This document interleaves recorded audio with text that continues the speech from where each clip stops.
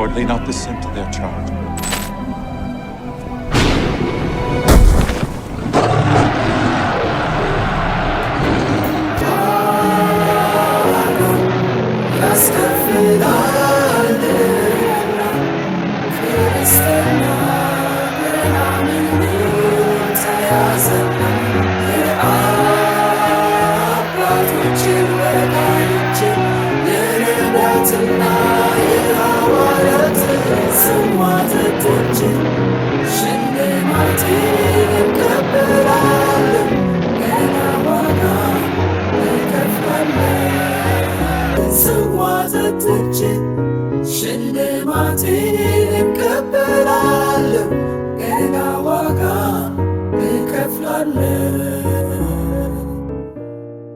እንግዲህ በእምነት ከጸደቅን በእግዚአብሔር ዘንድ በጌታችን በኢየሱስ ክርስቶስ ሰላምን እንያዝ።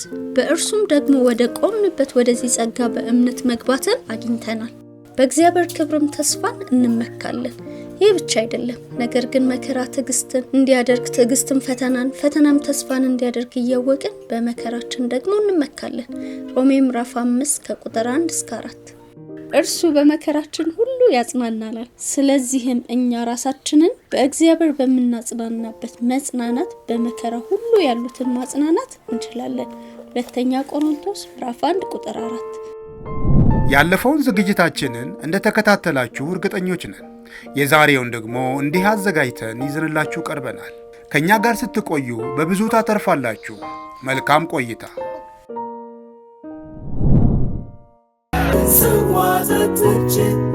ሽልማቴን እቀበላለሁ፣ ገና ዋጋ እከፍላለሁ።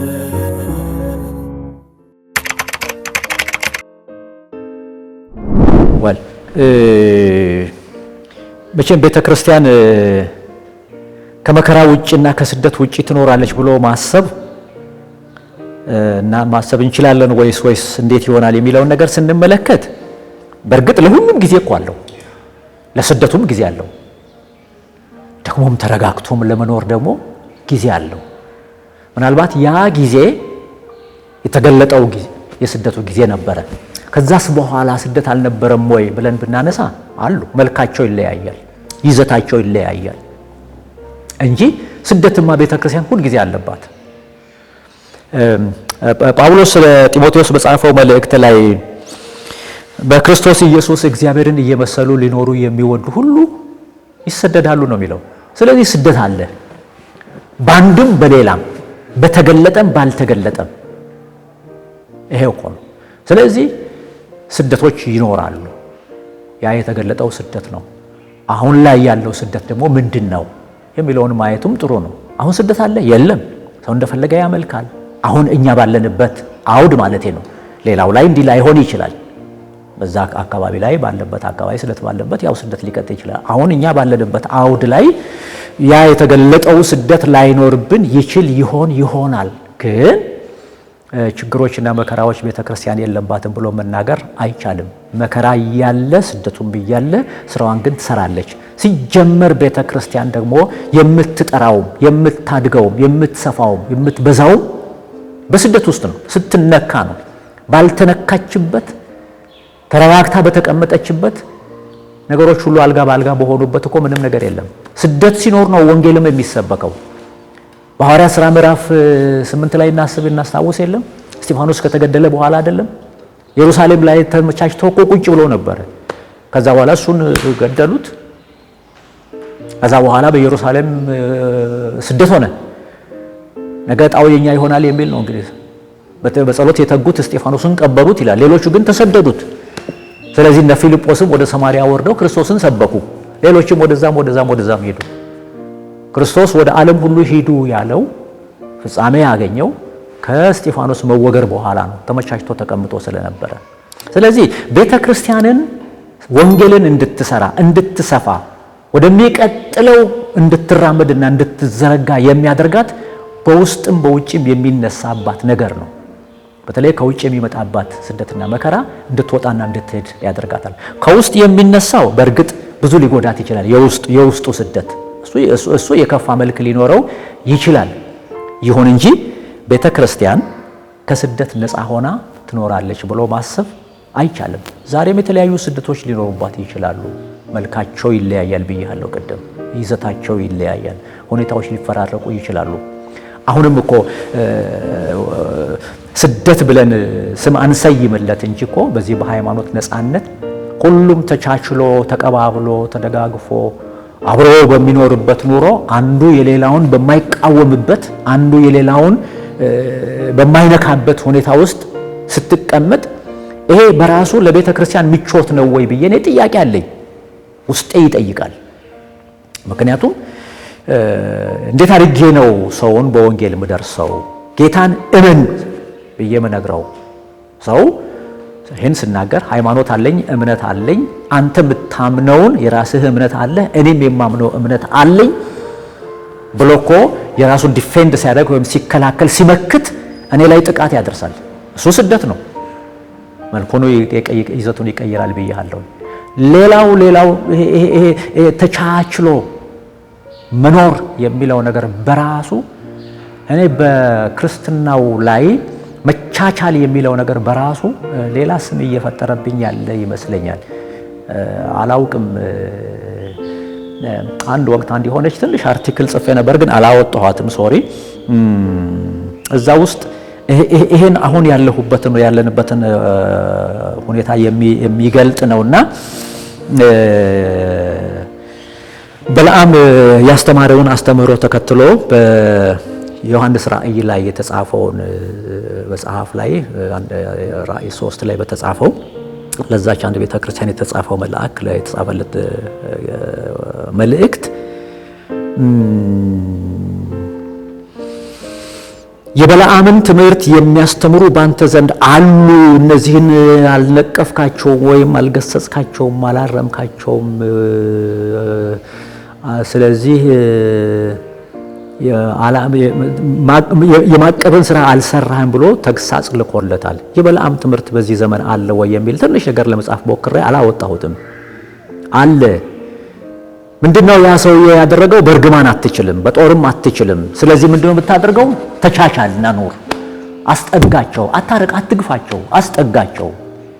ስለዚህስ አብላቸው፣ አጠጣቸው፣ ለጣዖትህም ያረድከውን አብላቸው፣ አጠጣቸው፣ ይልመዱ። እናስ ሴቶች ልጆች ወንዶቹ ያግቡ፣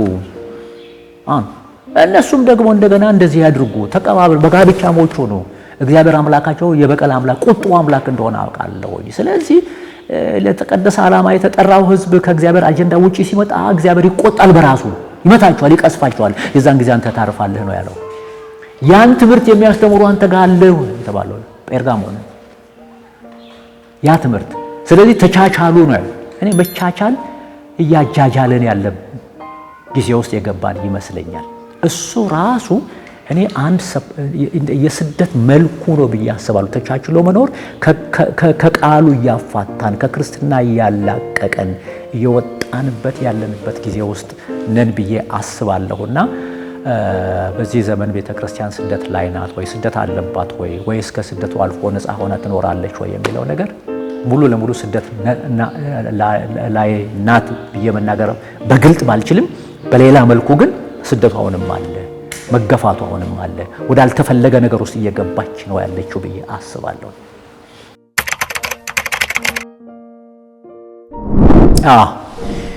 እውነት ነው። የሰው ልብ አእምሮም የሚያርፈው መሻቱ ሲሟላለት ነው። የሚመኘውና የሚጠማው ነገር ሙሉ ሲሆንለት ሊረካ ይችላል። አሁንስ ረካህ ወይ? እኔ አልረካሁም። በውስጤ አሁንም እርካታ የለም። አሁንም ገና ብዙ ይጮሃል። እኔ የሙሉ ጊዜ አገልጋይ ተብዬ በወንጌል አገልግሎት ከመጣሁበት ጊዜ ጀምሮ 3 ዓመት መቁጠሬ ስራ እየሰራሁ ነኝ ብዬ መናገር አልችልም። አሁንም ገና ነው። መሰራት የሚገባው ስራ በጣም በርካታ ስራ አለ። ያልተሰራ ብዙ ስራ አለ። ያልተወረሰች ምድር ገና ብዙ አለች። አንተ ግን አረጀህ አይደል ያለው ኢያሱን እግዚአብሔር ሲነግረው፣ አንተ አረጀ፣ ግን ያልተወረሰ መሬት እጅ ገና ብዙ ቀርቷል አለ። ያልተወረሳለ ትውልዱ ገና መሰራት አለበት። ትውልዱ ላይ ጩኸቴ እሱ ነው። ወንጌል ማዳረሱ እንዳለ ትውልዱ ገና መሰራት አለበት፣ መልማት አለበት። የሰው ልብ የሰው አእምሮ ላይ መሰራት አለበት።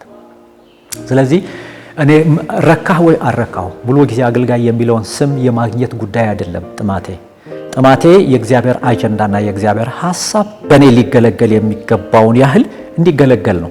ስለዚህ በእኔ መገልገል የሚፈልገውን ያህል እግዚአብሔር ረክቷል ወይ? አይዳውት ጥያቄ አለኝ። ገና ነው፣ አልተሰራም። ስለዚህ አሁንም በቀረችኝ ጥቂት ጊዜ መስራት ባለብኝ ቦታ ላይ ሁሉ ብሮጥ በጣም ደስ ይለኛል። ኢቭን ሚስዮናዊ ሆኜ አሁን በተከፈቱት ቦታዎች ላይ እንደው እዚህ ጋር የሚይዙኝ ነገሮች ባይኖሩብኝ ቢሄድ ሳምንት 15 ቀን ወር ቁጭ ብዬ ከነሱ ጋር የበሉትን በልቼ የተኙበት ላይ ተኝቼ ባገለግላቸው 3ም 10ም 15ም ቢሆኑ ባገለግላቸው ከነሱ ጋር እነሱ ቢተከሉልኝ እነሱ ቆመው ባይ በእነሱ ላይ ሌሎች ቢጨመሩ ናፍቆቴና ጩኸቴ ነው። ስለዚህ ገና ምኑንም አልነካሁትም። ምኑን በሽምግልና ብዙ ዓመት አገለገልኩ። በበጎ ፈቃድ አገልግሎት ብዙ ዘመን ሰራው። አሁን ደግሞ በሙሉ ጊዜ አገልግሎት መጥቻለሁ። ብዙ ሰዎች ሊሉ ይችላሉ፣ አንተ እኮ ዘመንህን ሁሉ ባንክም ሆነ ይሄን ሰርተሃል፣ እንዲና እንዲ አድርገሃል፣ እንዲና ብለሃል ሊሉኝ ይችላሉ። እኔ ግን ባዶነት የሚሰማኝ ጎፋ ላይ ሄጄ ትልቅ ቸርች ተተክሎ ወጥቻለሁ። 3 ዓመት ከ9 ወር ተቀምጫለሁ። አሁን ትላልቅ ፓስተሮች ወጥተዋል፣ በእጄ ጌታን የተቀበሉ እና እርካታ ነው። ጌታ ሊያድበኔ ተጠቅሞ ሊያድናቸው ወደደ እንጂ እኔ ምን አረኩ? አልታ ወንዶ ላይ ሄጄ 4 ዓመት ተኩል ተቀምጫለሁ። አንድ ቤተክርስቲያን፣ አንድ ቤተ እምነት አላቃቸውም በትኛቸዋለሁ ብሎ ደብዳቤ ጽፎ እስከ ቅርብ ጊዜ ድረስ ያ ደብዳቤ በእጄ ነበረ። ሌላ ቤተ እምነት ነው። አብያተ ክርስቲያናት ህብረትም አይ እናት ቤተክርስቲያናቸው ይሄን ካለች እኛ ምን እናደርጋለን ሲሉ ነው። ከጨለማ የመጡ ሰዎች ናቸው። ወደ ጨለማ ይመለሳሉ? አይሆንም። እኔ በቤት ያገለግላችኋለሁ ብዬ መንግስት የሰጠኝ ቤት ነበር። የባንክ አገልጋይ ስለነበርኩ ባለሙያም ስለነበርኩኝ ኃላፊነትም ስላለኝ ሙሉ የተሟላ ቤት ነበር የሰጠኝና እዛ ነበር የምኖረው። እዛ ቤት አገለግላቸው ነበር። ወደ 3 ግሩፕ ላይ ተከፍለው ተቸግረው ስለነበሩ እናት ማህበራቸው ወይ እናት ቤተክርስቲያናቸው ማስማማት ስላቃተቻቸው ነው የበተነቻቸው። 3ቱንም በተናጠል ፕሮግራም አውጥቻ አገለግላቸው ነበር። ፋይናሊ ግን 3ቱም ንስሐ ገብተው 3ቱም ግሩፖች ማለት ነው መጨረሻ ላይ ወደ ነበሩበት ተመልሰው አሁን ትልቅ ህንጻ ገንብተው ትልቅ አጥቢያ ቤተክርስቲያን ሆነዋል። ምን ተሰራ? ጌታ ነው ያደረገው። እኔ ምናልባት ጥቂት ሙከራ በልቤ ትንሽ የመጣችውን ነገር ሞክሬያለሁ። ስለዚህ ያቆማቸው ጌታ እንጂ መስፈን አይደለም። እና እርካታ የለኝም። አሁንም ገና ውስጤ ባዶነት ነው የሚሰማኝ። ተጨማሪ ነገር ባገለግል ባደርግ ደስ ይለኛል።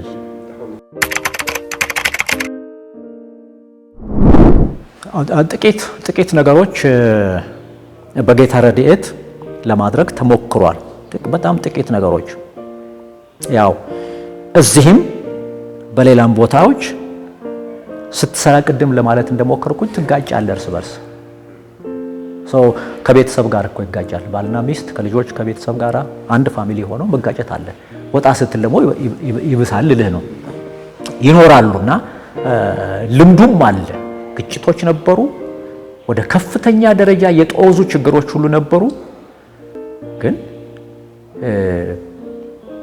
ነገሩን አፍርሰህ የልጅ ጨዋታ ዛሬ ጀምረህ በቃ ጨዋታ ፈረሰ ዳቦ ተቆረሰ ብለህ የምትበትነው ጉዳይ አይደለም። የእግዚአብሔር ቤት አገልግሎት የወንጌል ስራ ችግርህን ተናበህ አብረህ ሆነ ልክ ነው። እንግዲህ የእግዚአብሔር ቤት አገልግሎት የወንጌል ስራ የጨዋታ ጉዳይ አይደለም። ለዚህ ነው ልጆች እንደሚናገሩት እንደሚሉት ጨዋታ ፈረሰ ዳቦ ተቆረሰ ብሎ እንደሚበትኑት አይደለምና ተነጋግረህ ችግርህን አውርተህበት ትፈታዋለህ። ይቅርታ መጠየቅ ካለብህ ይቅርታ ጠይቀህ፣ ይቅርታ መስጠት ካለብህ ይቅርታ ሰጥተህ እስከዚያ ደረጃ የሚያደርሱ ገጠመኞች የመጡበት ጊዜ ነበረና መከፋፋት ሊያመጡ የሚችሉ ክስተቶች ሁሉ የተፈጠሩበት ጊዜ ነበረ። ሆኖም ግን ይሄ እግዚአብሔር ቤት ነው። ስለዚህ ብዙ ነገሮችን ትሸከማለህ። አንተን የሚሸከሙህ እንዳሉ አንተም ትሸከማለህ። በዛ ልክ አድርገን ያለፍንባቸው ጊዜያቶች በርካታዎች ናቸው። አንዳንድ ጊዜ ጉባኤ ላይ ራሱ ማይሆኑ አጀንዳዎች የአምልኮ ጉባኤ ሳይሆን ሌሎች ጉባኤዎች በሚሆኑበት ጊዜ አንዳንድ ጊዜ ወደ ግጭት ሊያመሩ የሚችሉ ነገሮች ሲመጡ አይ እንደሱ አይደረግም፣ እንደሱ አይደለም፣ በዚህ ልኩ ነው የምንሄደው የሚባል እየተባለ መስመሮች ያስያዝንባቸው ወደ መስመር ያስገባንበት ህዝቡ ወዳልተፈለገ ነገር ውስጥ ተለጥጦ ገብቶ እንትን እንዳይል የተሰራበት ጊዜ ይኖራል። አስታውሳለሁ። ጥቂት ሰዎች ያልሆኑ ሰዎች ተነስተው ግላዊ አጀንዳን አንስተው ተናግረው ሰው አእምሮ በሰማው ነገር ነው የሚበላሸውና ያልሆነ ነገር ውስጥ ሲገቡ አይደለም፣ እንደሱ አይደለም። ስለዚህ የተደረገው ነገር ይሄ ነው፣ ይሄ ነው፣ ይሄ በመደረጉ ምክንያት ከሌላይ እንደዚህ ደርሶ ከሆነ እሱ አግባብ ባለው መልኩ ይታያል። ይሄ ጉባኤ ግን ተረጋግቶ የራሱን መንፈስ ጠብቆ ለሚሰሩ ሰዎች ለቆ ህይወቱን መጠበቅ ነው፣ አምልኮን መቀጠል ነው ያለበት እየተባለ አንዳንድ ጊዜ በማይመለከት ጊዜም አንዳንድ ጊዜ ከሽምግልና ራሱ ወርጄ በተቀመጥኩበት ጊዜ ውስጥ እንደዚያ የገጠመኝ ጊዜ ነበረ። ጉባኤን የሚከፍል ነገር መጥቶ ያልሆነ ነገር ተከስቶ ነበርና ጌታ ነው መቼም ሲያቀብልህ የምታረገው ነገሩን ያው ጣልቃ ገብቼ ያስቆምኩበት ጊዜ እንደነበረ አስታውሳለሁኝ። ምናልባት በዛ ሰዎች ታንጸዋል፣ ችግሮች ተፈተዋል። አይ ቲንክ ሶ ነው ብዬ አስባለሁኝ። ያን ያደረገው ጌታ ነው። ስለዚህ ምስክር ነው ነው እና ያ ነው ብዬ አስባለሁ። ወደ ቤተሰብ አካባቢ ላይ ሲመጣ በትዳር ጉዳይ ላይ በርካታ ትዳሮች ከማንከስ አልፈው የተሰበሩ የወደቁ የመሰሉን ፍርድ ቤት የገቡ ከፍርድ ቤት ወስደን ያወጣናቸውና ወደ እርቅ የመለስናቸው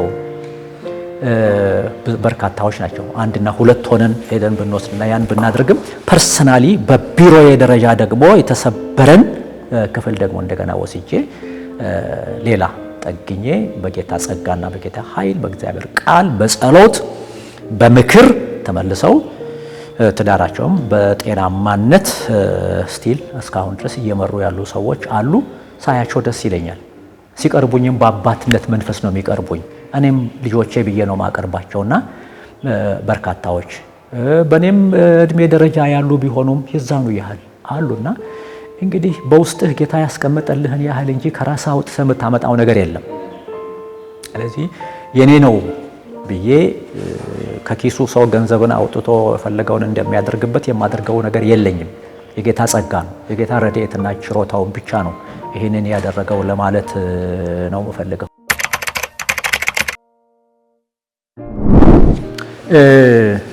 እንግዲህ የወንጌል ዋናው ግቡም ይሄ ነው። ሰዎች እንዲድኑ የምስራቹ ይነገራቸዋል። ኃጢአተኝነታቸው ሰዎች ይነገራቸዋል። ለኃጢአተኝነታቸው ከዚህ ለመውጣት እነሱ የሚያደርጉት የሚከፍሉት ዋጋ ምንም እንደሌለ፣ ነገር ግን ኃጢአተኛ መሆናቸውና ለኃጢአታቸው ደግሞ ፍርድ እንደሚጠብቃቸው ከዛ ይልቅ የእግዚአብሔርን ፍቅር ደግሞ እንደገና ኃጢአተኝነታቸውን ለማዳን ከፍርድ ሊታደጋቸው አንድ ልጁን ጌታ ኢየሱስ ክርስቶስን የላከላቸው በፍቅር እንደሆነ የጌታን ፍቅር ለሰዎች መንገር አይደለም የምስራቹ። ይሄ ይነገራቸዋል። ይሄን አምነው ይመጣሉ። ጌታን ከተቀበሉ በኋላ የሚተው አይደለም። ጌታን ተቀበሏል ተብሎ የሚጣሉ አይደሉም። መተከል አለባቸው። ጌታ ኢየሱስ ክርስቶስም የነገራቸው ለሐዋርያቱ ሄደንም ልትሄዱ ፍሬ ልታፈሩና ፍሬያችሁም እንዲኖር ሾምኳችሁ ነው ያለው። ስለዚህ ማፍራት ያለብን የሚኖር ፍሬ ነው። ካልኖረ ምኑ ላይ ነው? ካላደገ፣ ካልተተከለ፣ በፍሬ ካልተገለጠ ጌታን መቀበሉ ትርጉሙ ምኑ ላይ ነው? ወደዛ ደረጃ እስኪደርስ ድረስ ክትትል ያስፈልገዋል። ስለዚህ እኔም አገልጋዮችም የሚባሉ ሰው ሁሉ ምዕመናን በሙሉ የዳነ ሁሉ ይሄን መስበክ ስላለበት ከመሰከረ በኋላ ሰው እንዲድን መንገዱን ከከፈተለትና ሰው ንስሐ ገብቶ ወደ ጌታ ከመጣ በኋላ ያ ሰው አድጎ ተተክሎ እሱ ለሌሎች በረከት ሊሆን እስከሚችልበት ጊዜ ድረስ ክትትል ያስፈልገዋል። ስለዚህ ሰዎች ሁሉ ወንጌልን መመስከር ብቻ ሳይሆን መስክረው ያመጣቸውን ሰዎች በጌታ ቤት ተተክለው ለፍሬ በቅተው መዳናቸውን አረጋግጠው ከራሳቸው አልፈው ለሌሎች የሚተርፉ እስኪሆኑ ድረስ ክትትል ያስፈልጋል። አሁን ቤተክርስቲያን ትልቅ ችግር ያለባት ክፍተቷና ጉድለቷ ብዬ የማስበው እኔም ካለሁበት አኳያ ከኔም ማህበር ጀምሮ ሌሎችንም ምድሪቱም ላይ ያለውን ነገር ስገመግመውና ስመለከተው አማኞች ሞልተውናል፣ ደቀ መዛሙርት የሉንም። ሰውን ደቀ መዝሙር የማድረግ ስራ ላይ እየሰራን አይደለም። ጌታን ተቀበለ። አዎ ክትትል ትምህርት ተሰጠው። በቃ ስለዚህ ከክትትል ትምህርት በኋላ እንደ ቤተ ክርስቲያኒቱ ስርዓት ማድረግ የሚገባውን አደረገ፣ አባል ሆነ። በቃ እሱ ወደ ጌታ ራት ተቀላቀለ። ጉዳዩ እዛ ላይ ያበቃል። ጉዳዩ እንደሱ አይደለም። ያለፈ ነገር መሰራት አለበት። ያን ማምጣቱ እንዳለ ሆኖ ያን ከተደረገ በኋላ ሌላ ነገር አገልግሎት ትምህርት ተሰጥቷል። ከአገልግሎት ትምህርት በኋላ አገልጋይ ይሆናል። አገልጋይ ሆነ ማለት ጉዳዩ አለቀ ማለት አይደለም። ይቀጥላል። የደቀ መዝሙርነትን ትምህርቱን ይቀጥላል። ይሄ ደግሞ የደቀ መዝሙር የመሆን ጉዳይ ደግሞ የህይወት ዘመን ሁሉ ጉዳይ እንጂ ያንዱ ወቅት ጊዜ አይደለም። እሱ ላይ ቤተክርስቲያን መስራት አለባት የሚል እምነት አለኝ። ስለዚህ መተከሉና መቆሙ ላይ ብቻ ሳይሆን ደቀ መዝሙር ሆኖ ሌሎችን ደቀ መዝሙር ሊያደርግ ወደሚችልበት ደረጃ እስኪያድግ ድረስ መሰራት አለበት። ቤተክርስቲያን መስራት ያለባት ህዝቧ ላይ ምእመናን አድርጋ በምእመናንነት ደረጃ ላይ መተው ሳይሆን ደቀ መዝሙር ማድረግ አለባት። ስለዚህ የሰው ሁሉ ትኩረት፣ የአገልጋዮች ሁሉ ትኩረት በቤተ ክርስቲያን ስንት አማኞች አሉ፣ ስንት አባላት አሉ ሳይሆን ስንት ደቀ መዛሙርት አሉ ወደሚባልበት ደረጃ መሸጋገር ያለበት ይመስለኛል። ደቀ መዝሙር ሰው ከሆነ ይሄ ከቦታ ወደ ቦታ ያለው ይሄ ፍልሰት አይኖርም። በተተከለበት በቆመበት ጌታ ላይ ይቆማል፣ ይጸናል። በያዘው አገልግሎት እስከ መጨረሻው ይሄዳል። የደቀ መዝሙር ስራ እሱ ነው። ወደ ነፈሰበት የማይነፍስ ወዳየው ሁሉ ተስቦ የማይሄድ በትምህርት ነፋስ የማይገመገም ትውልድ እንዲሆን ደቀ መዝሙር እሱ ላይ የመስራት ስራ ቤተክርስቲያን ይቀራታል፣ መስራት አለባት የሚለውን መልእክት ነው ማስተላለፈው። አመሰግናለሁ። እኔም አመሰግናለሁ።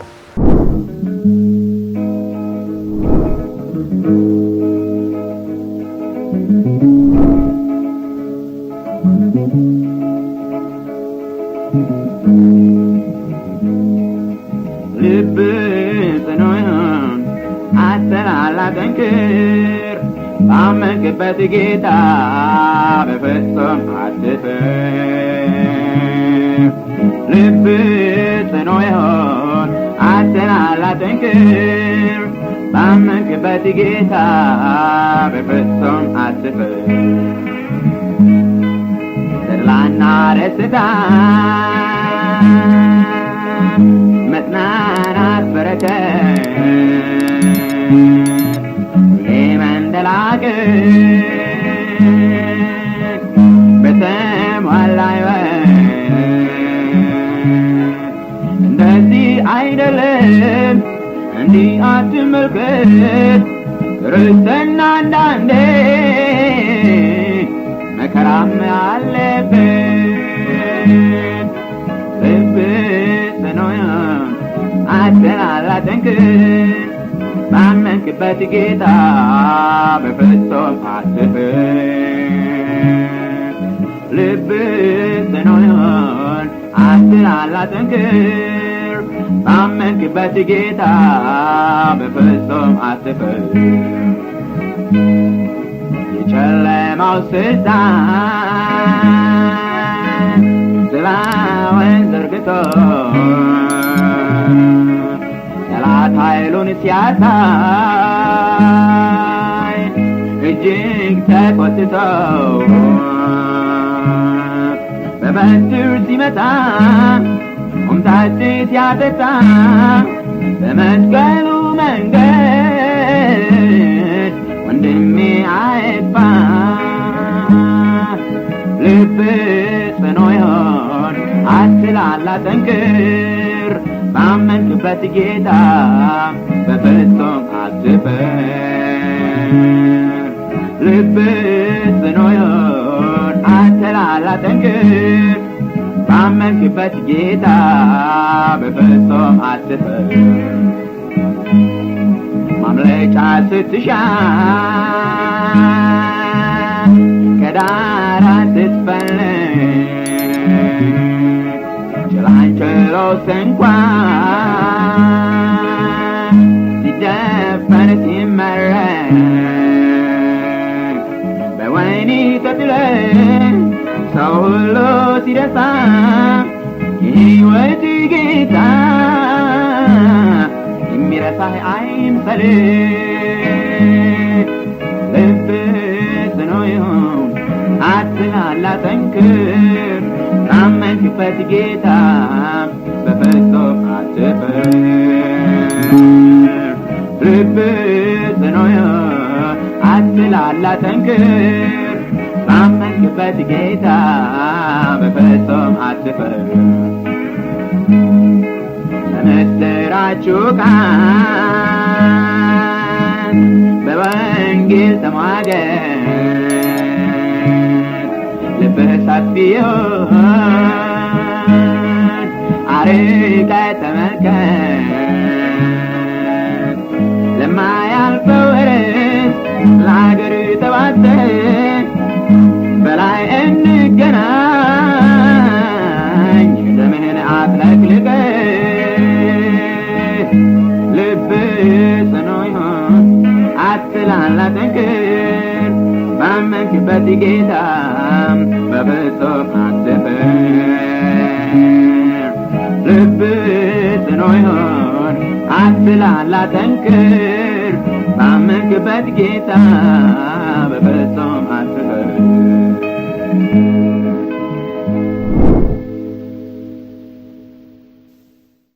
ከዝግጅታችን በብዙ እንዳተረፋችሁ ተስፋ እናደርጋለን።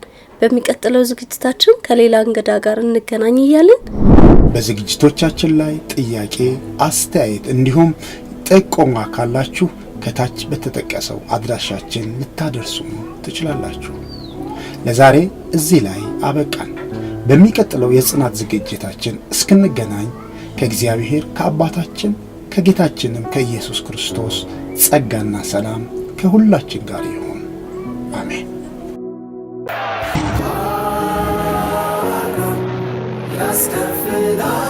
ያስከፍላልና ክርስትና ገና ምኑ ተያዘና የአባቶችን ወዳጆችን የነቢያትና የሐዋርያትን ጽዋ ጠጥቼ